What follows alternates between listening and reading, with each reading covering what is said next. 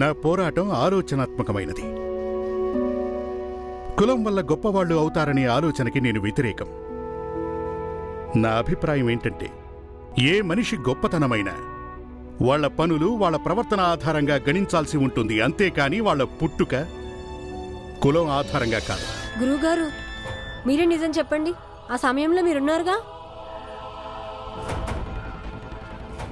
గురుగారు చెప్పండి.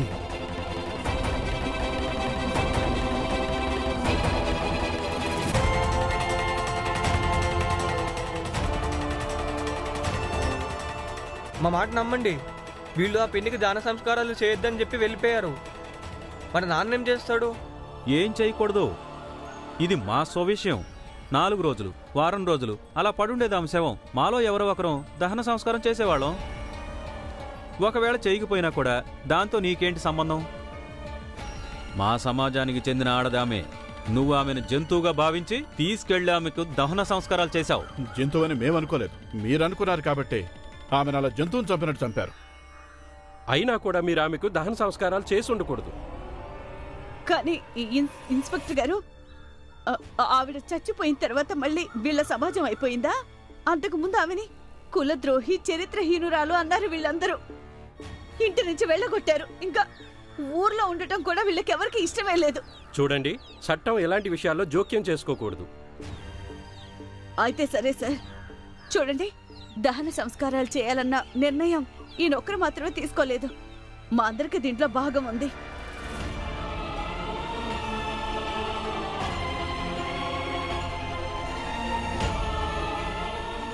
మరి అలాంటప్పుడు ఈయన ఒక్కరే అపరాధి ఎలా అవుతారు? మేమందరం అపరాధులవే. మమ్మల్ని కూడా స్టేషన్కి తీసుకెళ్ళండి మీరు.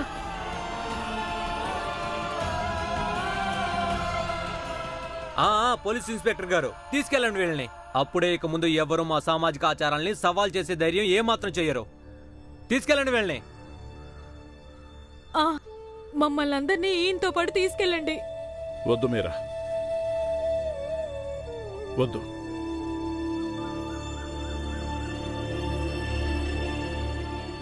ఈ పని నేను ఒక్కడనే చేశాను. ఒకవేళ మీ దృష్టిలో అది నేరమైతే నేను నేరస్తుడిని.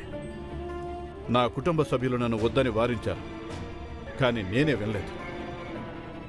నేనే అపరాధిని.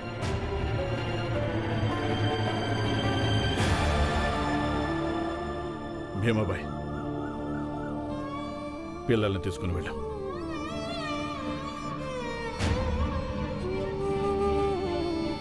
మీరెందుకు ఇలా చేస్తున్నారు? మిమ్మల్ని పరిస్థితుల్లో వదిలిపెట్టి మేము ఇంటికి వెళ్ళాలా? ఇన్స్పెక్టర్ గారు, దయచూపి. భీమాబాయ్, నేను ఏ తప్పు చేయలేదు. కానీ చూడు, చట్టానికి అడ్డుపడొద్దు. నువ్వు తప్పుకో. లేదు, నేను తప్పుకోను. భీమాబాయ్, దారి కట్టు తప్పుకో. తప్పుకోను. నా మీద ఒట్టు.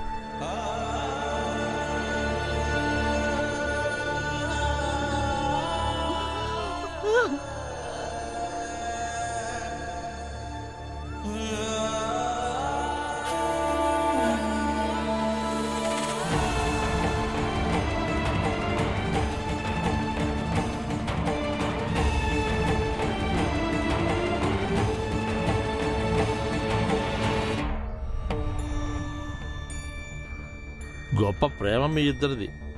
పాపం 2 హంసల జంట విడిపోయింది. అయ్యో, వీళ్ళ స్థాయి ఎక్కడా? అసలు వీళ్ళ జాతికి కాకులు కూడా ఎక్కువే, ఇంకా హంసల దాకా ఎందుకు?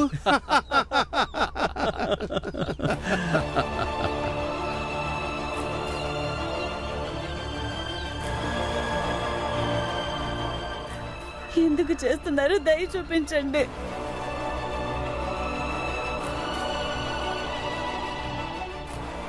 దయ చూపించండి. అమ్మా, అమ్మా, వద్దు.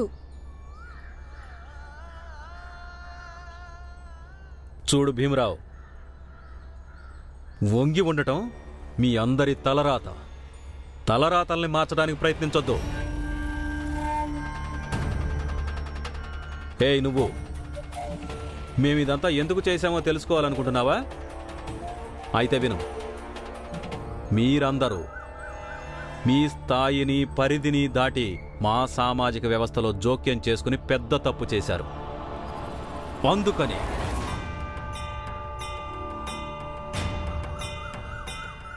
ఇక ఇప్పుడు మీరు జోక్యం చేసుకోవడం మొదలు పెట్టారు. ఇక మరి మేము పట్టించుకోకుండా వదిలిపెడతామా? ఇప్పుడు నీ మొగుడు జైల్లో మగ్గుతాడు. నీకు తెలీదు, వాడికి అదే సరైన చోటు.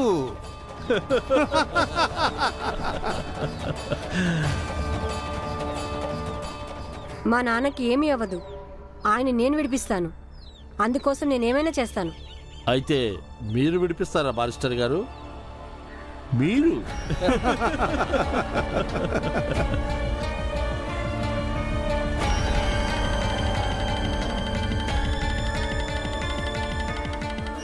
అమ్మా అమ్మా, ఇంటికి పదా.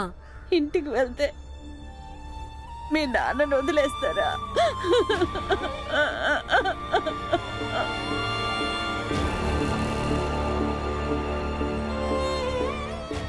రా అమ్మా, రా.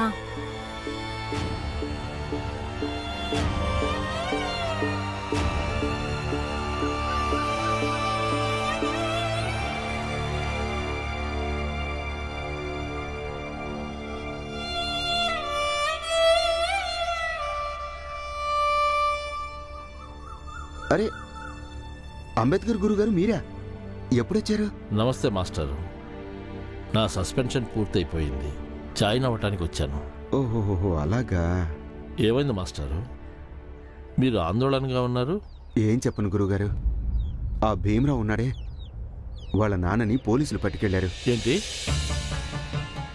ఈ నేరం కింద ఆయన ఆ స్త్రీకి దహన సంస్కారాలు ఎందుకు చేశాడని. రామ్జీ కుటుంబం అసలు ఈ రొంపిలో పడాల్సింది కానే కాదు. అతన్ని పోలీసులు ఏ ఆధారాలతో తీసుకెళ్లారు? గురుగారు, ఊరు మొత్తం రామ్జీకి వ్యతిరేకంగా సాక్ష్యం చెప్పారు. పోలీసులు ఏం చేస్తారు? మాస్టర్ గారు, పోలీస్ ఇన్స్పెక్టర్ సమక్షంలో మీరు ఎవరి పక్షాన సాక్ష్యం చెప్పారు? గురువుగారు, అసలు నిజమేంటో మీరే చెప్పండి. మీరు కూడా ఉన్నారుగా అక్కడ. గురువుగారు చెప్పండి. చెప్పండి. ఇదిగో బాబు, నీళ్ళు.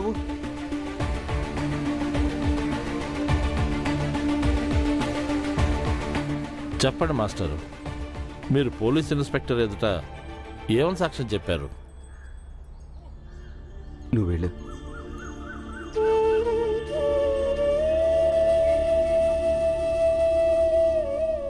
ఏం చెప్పమంటారు గురుగారు? నిజం చెప్పలేకపోయాను, ఇక అబద్ధం చెప్పి పాపం చేయలేను. ఇలాంటి వ్యవహారాల్లో మీరు చదువుకున్నవారు, చాలా తెలివిగా పనిచేస్తారు. తమ తప్పుల్ని, తమ పాపాల్ని మాటలతో కట్టిపడేస్తారు. మాస్టరు, మీరు ఈ విషయం పోలీస్ ఇన్స్పెక్టర్ గారి ముందు ధైర్యంగా చెప్పుండొచ్చుగా. రామ్జీ నిరపరాధి అని మీరు చెప్పుండాల్సింది. చూడండి, మీరు సమాజంలో పేరున్న అధ్యాపకుడు. మీరు గనక నిజం చెప్పుంటే ఇన్స్పెక్టర్ మీ మాట ఖచ్చితంగా నమ్మేవాడు. నిజంగా గురువుగారు, నేను నిజం చెప్పాలనే అనుకున్నాను, కానీ అక్కడ చాలా మంది గుమిగూడారు. నేను భయపడిపోయాను. ఇక అందుకనే నేను సందిగ్ధంలో పడి.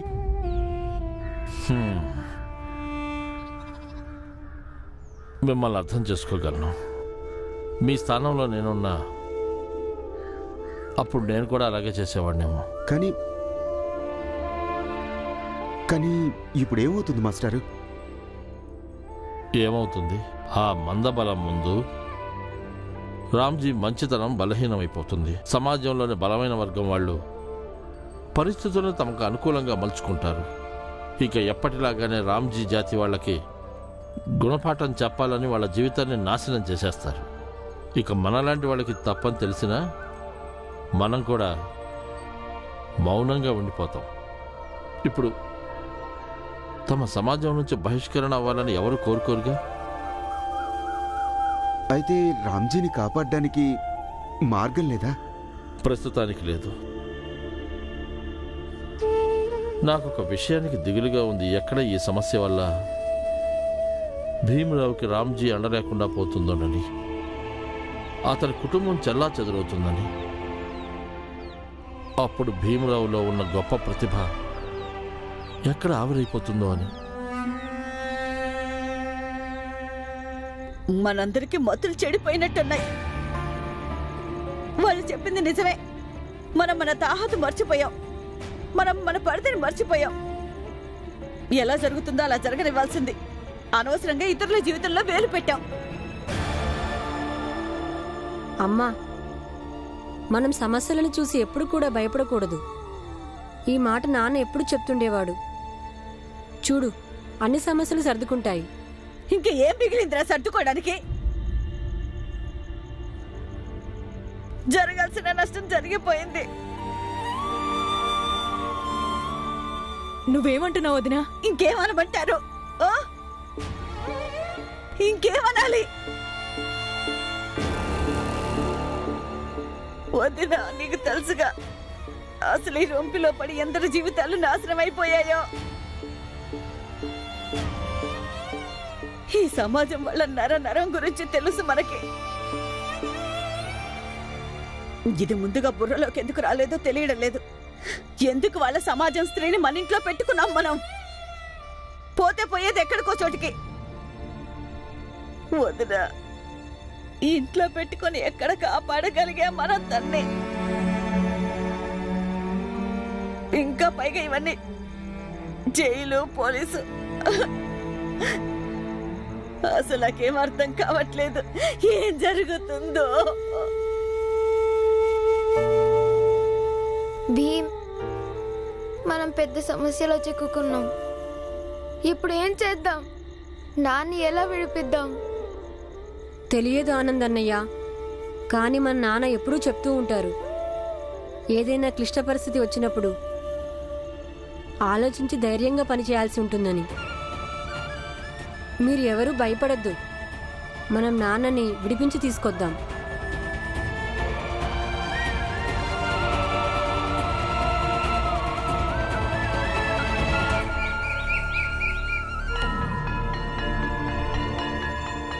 గురువుగారు, మీరు మమ్మల్ని అందరికంటే పెద్ద బారిస్టర్ దగ్గరికి తీసుకువెళ్ళండి.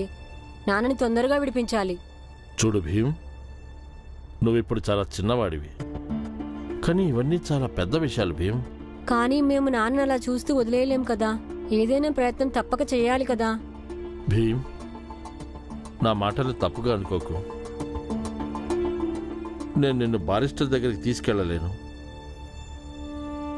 ఒకవేళ ఎవరైనా చూశారంటే అప్పుడు పెద్ద సమస్య అయిపోతుంది. నాకు నీకు సహాయం చెయ్యాలనే ఉంది, కానీ నేను ఈ సమాజంలో బతకాలిగా. నా భార్య బిడ్డలు కూడా ఈ మనుషుల మధ్యనే ఉంటారు. సహాయం చేయాలనుకుంటున్నారు, కానీ చేయలేరా? కానీ మీరు అనుకొని ఏం ప్రయోజనం గురుగారు? అంటే దీని అర్థం ఇదే కదా గురువుగారు, మీరు మంచి మంచి ఆదర్శాలు నేర్పిస్తారు, కానీ సమాజానికి భయపడి మీరు స్వయంగా దాన్ని అమలు చేయలేరు. మీరందరూ ఇంకా చిన్నపిల్లలు. కుటుంబ బాధ్యతల గురించి మీకు ఇంకా తెలియదు. రేపు మీరందరూ పెద్దవాళ్ళయ్యి ఈ బాధ్యతల్ని, సమాజం నియమించిన నియమాల్ని రూపుమాపే పని ఒకసారి చేయగలరేమో. కానీ నా పరిస్థితి అలా కాదు. నేను ఈ బాధ్యతల్ని ఒకేసారి మొయ్యలేను. ఏమీ పర్వాలేదు గురువుగారు, మీరు కేవలం మాకు మంచి మార్గదర్శకులుగా ఉండండి చాలు.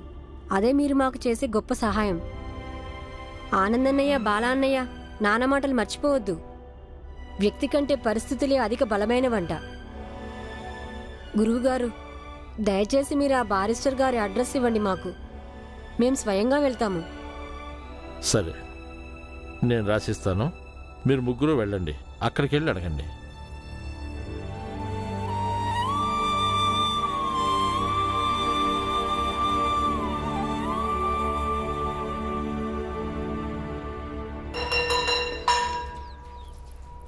భీమ్, మనతో ఎవరైనా పెద్దవాళ్ళుంటే బాగుంటుంది.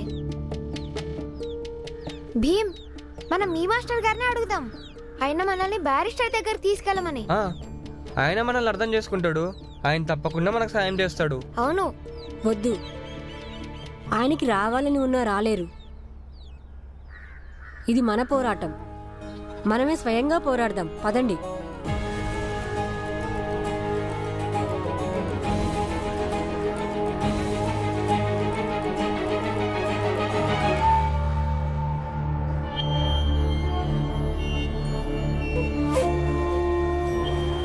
ఎక్కడికి వెళ్తున్నారు త్రిమూర్తులు? ఆ?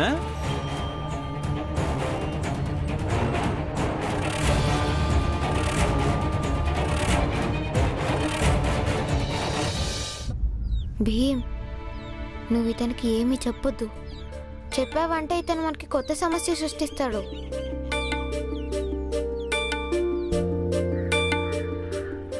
ఏంటి చెప్పండి, ఎక్కడికి వెళ్తున్నారు మీ ముగ్గురు? నిన్న పెద్ద గొప్పగా చెప్పావుగా మా నాన్న నేనే విడిపిస్తాను అని. ఇప్పుడు అర్థం అవటం లేదా నీకు ఏం చేయాలో అని? నేను అర్థం చేసుకుంటాను.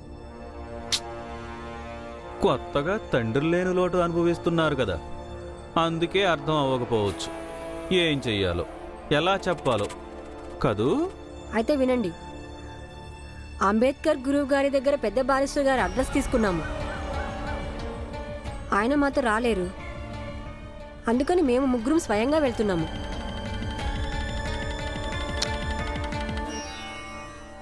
తండ్రి జైల్లో ఉన్నాడు, కానీ తల పొగరు తగ్గలేదు నీకు. చాలా పొగరు నీకు. సరే ఒక మాట చెప్పు, నీకు నన్ను చూసి భయం వేయటం లేదా? మా సమాజం అంటే భయం వేయటం లేదా? మా ఆనందన్నే చెప్పాడు మీకు ఇది చెప్పొద్దని, మేము ఎక్కడికి వెళ్తున్నాము. అయినా కూడా నేను మీకు చెప్పానుగా, భయపడి ఉంటే అబద్ధం చెప్పేవాణ్ణి. మా నాన్న మాకు ఎప్పుడూ చెప్తుంటారు, ఒకవేళ నిజం ఒంటరిదైనా సరే అబద్ధం ఎప్పుడూ దాని మీద గెలవలేదని. ఇక అన్యాయం చేసే వాళ్ళు ఎంతగా రంకెలు వేసినా వాళ్ళు పిరికి వాళ్ళు బలహీనులేనంట.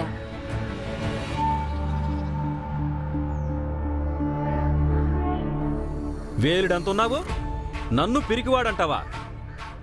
లాగి ఒకటి కొట్టానంటే ఇక్కడే చచ్చిపడుంటావు, లేవని కూడా లేవలేవు. పెద్ద పెద్ద మాటలు మాట్లాడుతున్నాడు. కొట్టు చూద్దాం. ఇప్పుడు ఒక్క అడుగు ముందుకేసినా సరే నేను ఈ రాయితో తిన్నగా నీ బుర్ర పగలు కొడతాను. ఇక నువ్వే ఈ రాళ్ళు నా చేత వేయించి వేయించి వేరే వాళ్ళ మామిడి పళ్ళు కొట్టించావు. అందుకని నా గురి ఎలా ఉంటుందో మీకు బాగా తెలుసు.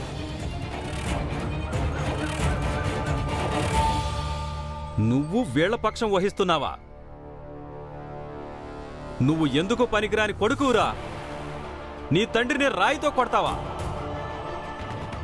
మీ ముగ్గురు వెళ్ళండి.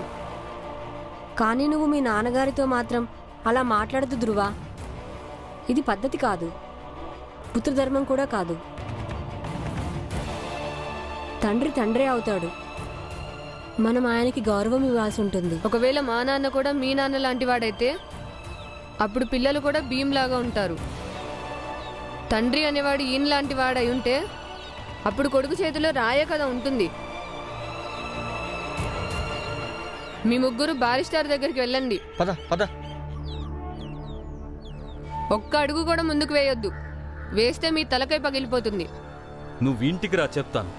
నీకివ్వాళ గట్టిగా బుద్ధి చెప్పకపోతే నీ తండ్రినే కాదు నేను.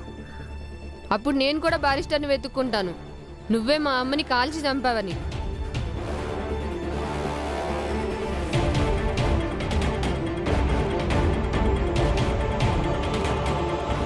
నేను మీ అందరి కాళ్ళకి దండం పెడతాను, దయచేసి నా భర్తను విడిపించండి. అంత మాట అనకండి. ఏయ్, వీళ్ళ నటనను నమ్మొద్దు. వీళ్ళిక్కడ కాళ్ళ వేళ్ల పడుతున్నారు, కానీ అక్కడ దీని ముగ్గురు కొడుకులు బారిస్టర్ దగ్గరికి వెళ్ళారు. ఏంటే? మేం పిచ్చోళ్లాగా కనిపిస్తున్నావా మీకు? లేదు. అలాగా? ఏయ్, వెళ్ళిపోండి ఎక్కడి నుంచి. ముందు నువ్వు వెళ్ళి నీ కొడుకులకు నచ్చ చెప్పు, అప్పుడు ఇక్కడికి వచ్చి మమ్మల్ని జాలి చూపించమని బిచ్చం అడుగు. వెళ్ళెక్కడి నుంచే.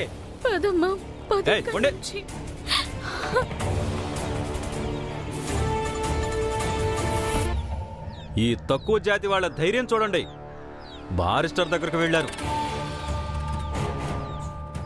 వెళ్ళనివ్వండి బారిస్టర్ గారి దగ్గరికి. బారిస్టర్ గారి దగ్గరికి వెళ్ళి ఏం చేస్తారు సేట్ గారు? ఆయనకి ఇవ్వడానికి డబ్బులు ఎక్కడి నుంచి తెస్తారు?